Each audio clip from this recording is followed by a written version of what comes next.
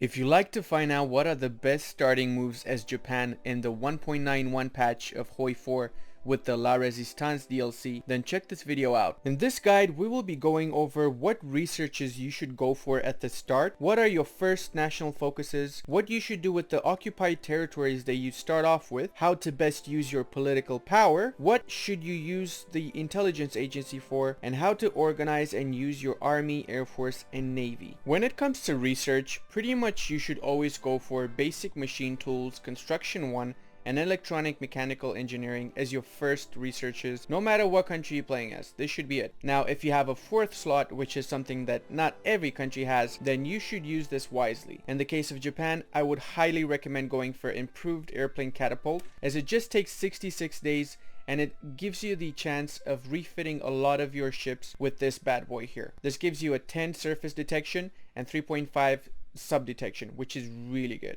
So always go for improved airplane catapult as your fourth research. Once you do finish these researches, the second tier would be improved machine tools, which is going to take a lot less days by the time you finish the first one, as well as dispersed industry. The same goes for electronic mechanical engineering. Once you finish it, go for mechanical computing directly, as it gives you a +4 research speed to everything and it doesn't have any penalties at the start of the game. Once the improved catapults finish researching though, you need to switch from the Grand Battle Plan Doctrine to the Superior Firepower Doctrine. This is much better in every instance, so just flat out go for the Superior Firepower. I know it takes 199 days, but it is worth it because this is just trash. Overall, these would be your starting 8 researches. The rest of the researches would really depend on your condition once the war with China starts, but I will be coming back to the research part in a while. If you're going down the historical path, then you should go Purge Kodoha faction first, followed by Gaida Zaibatsu, National Mobilization Law, and National Research Policy. Then you go Nationalize War Industry for the extra factories, and then go down the liaison tree all the way to the Marco Polo Bridge, so that you can start the war with China. The war with China is going to help you quite a bit because you're going to get a lot of army, naval, and air experience,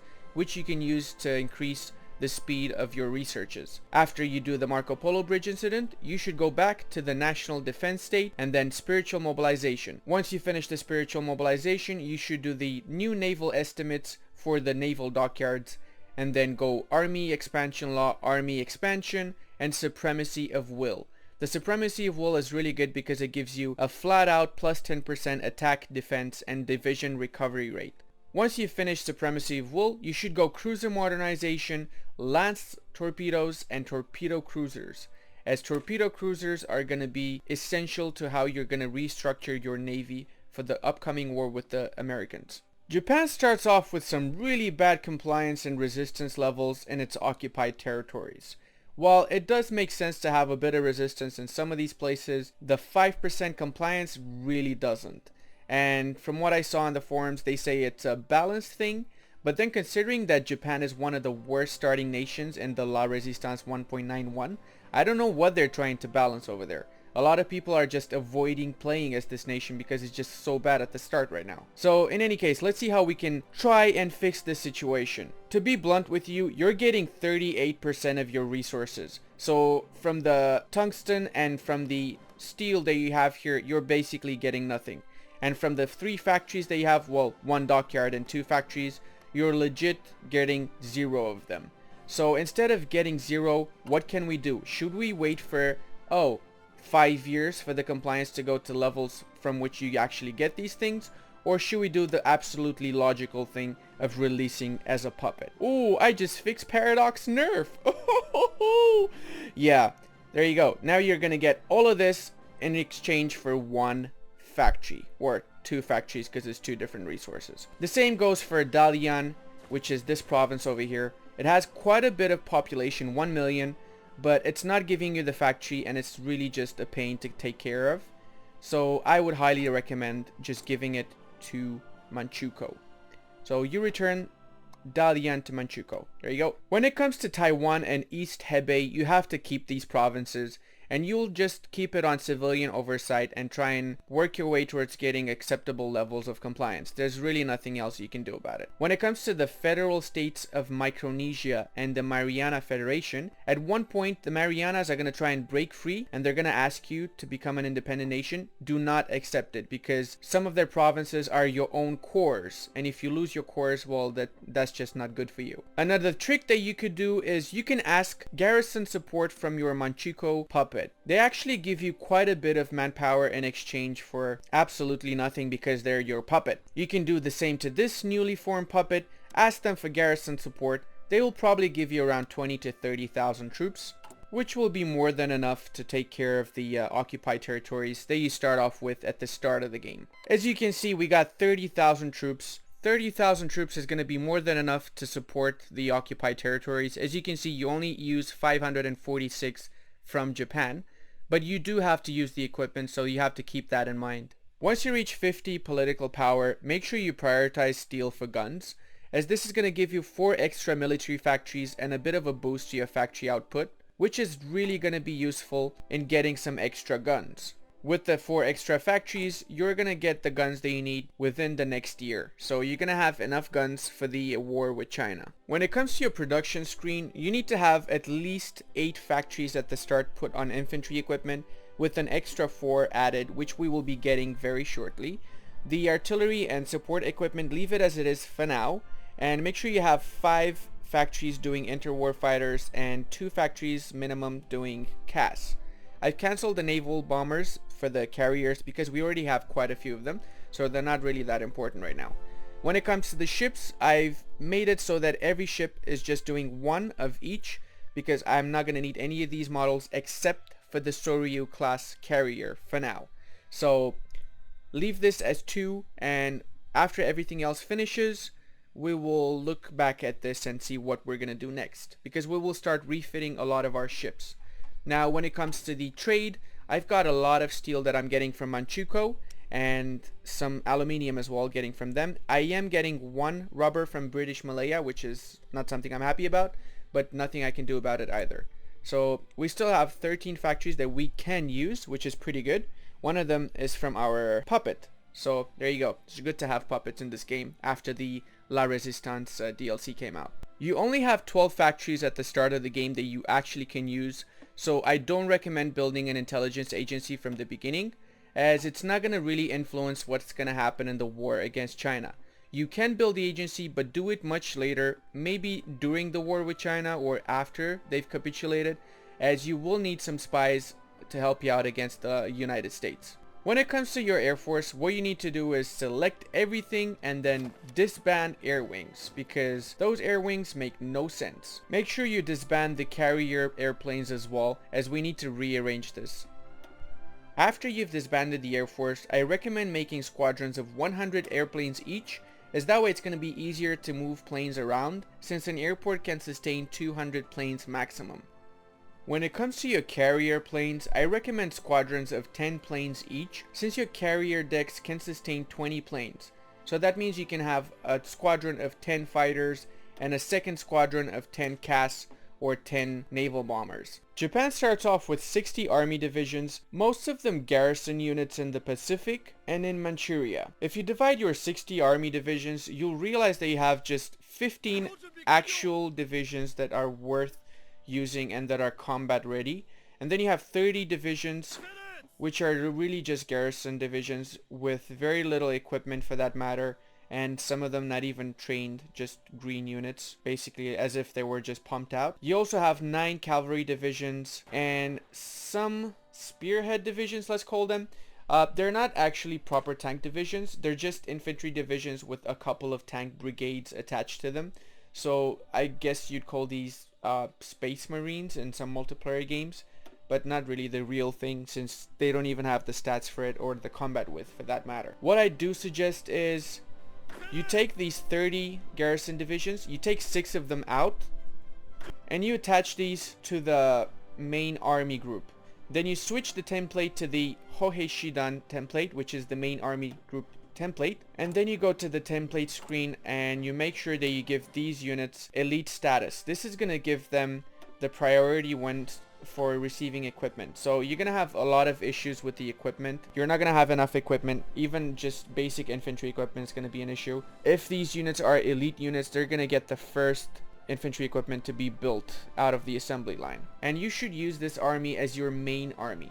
Now, the other garrison army, you should not use it as a garrison because you just don't need a garrison when the game starts. By the end of 1937, you should start the war in China, and in order to get ready for this war, you should have at least 15 40 width divisions at the northern border of China and another 24 lesser divisions from your puppets in Menkuko and Manchukuo. While the divisions in the north are going to be facing off the Chinese head-on, you're going to actually use your 10 separate divisions to start your naval invasions. I would highly recommend doing your first naval invasion in the Qingdao Peninsula here, and you have 2 viable ports, and you can easily take this over. At the same time, use your other divisions to start attacking in the south, and once you have a breachhead in either of these 2 places, you should have these 2 20 width full-on divisions that can be pumped into these gaps.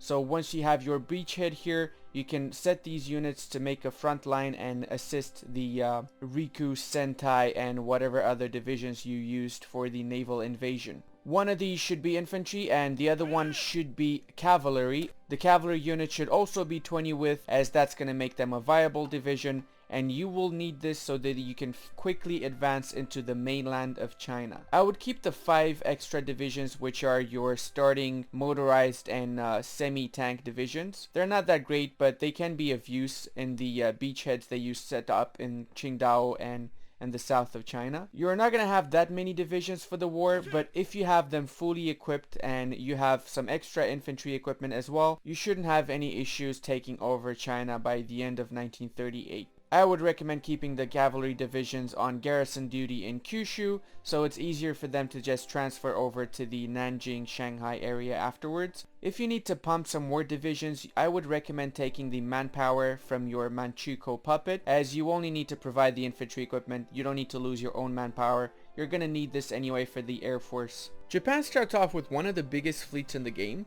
But the thing is, it's going to go up against the United States, and their fleet's bigger, better, and they actually have the fuel to keep it floating. Managing the fleet at the start's a complete mess, so I suggest merging everything together and then working your way from there. Once you merge the fleet together, make sure you separate the ships that are not yet fully trained and you start training them. You do this because Japan is actually lacking when it comes to fuel, so we don't want to waste anything. We don't have that many factories either to do anything. So these 58 ships, they're already trained. They don't need any extra training. And these 136 ships are going to give us enough experience to refit everything that we can refit at the start of the game. Before you start the war in China, your fleet should look like this. You should have a combined fleet or a main strike force, which should have around 74 ships, out of which I'm guessing 6 of them are going to be carriers, and the rest is going to be a combination of light cruisers, heavy cruisers, and destroyers.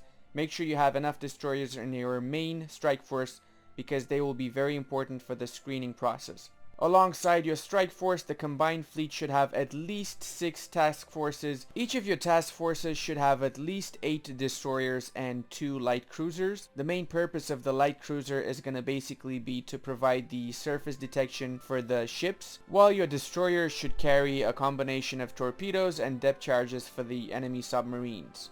Japan's starting cruisers are pretty bad, to be fair, and what you need to do is make sure that you refit them. You're gonna have to refit each of these cruisers separately because there's quite a few designs at the start of the game. So you need to make sure that you research the Catapult 2 very early on, as well as the Sonar 2. So by 1937 you should already have these installed in a lot of your ships.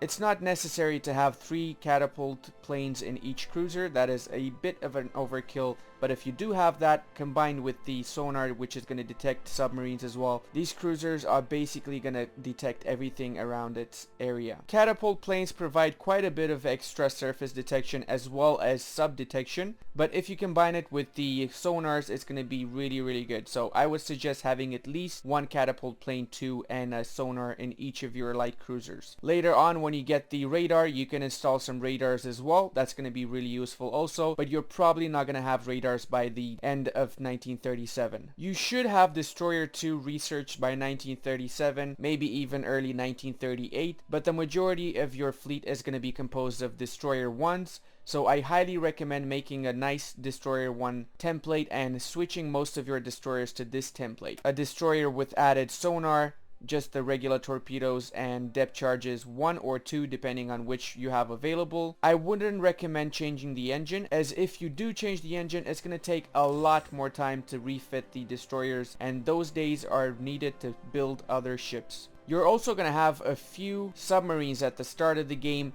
I would refit some of these submarines and increase the amount of torpedoes they carry, but overall Japan is not going to do much with the submarines, as they're very few and you need to focus on upgrading your main fleet rather than your submarines. You need to make sure that all of your carrier planes are regular experience level and that you've separated them and you have 10 in each squadron. This should be your setup at the start of the Chinese War. But after you finish the war and you start the war with the Americans, you're going to have a much better fleet, so you are going to have to improve some of your carriers. You have 2 carriers at the start, Ryojo and Hosho. You have some available classes you can convert them to. I highly recommend doing that because it takes 145 days and 128 days respectively, and it is really worth it. If you guys enjoyed this video, then leave a like and let me know what you think about it in the comment section below. I'd really appreciate your feedback, and I would like to know if you'd like me to do a part 2 for this, which will cover the Chinese War and the events after the Chinese War, what you should be doing in that period and afterwards to get ready for the big war with the Americans. If you'd like to see more video like this in the future, consider subscribing as well. It would help me out a lot, and I will see you guys in the next one.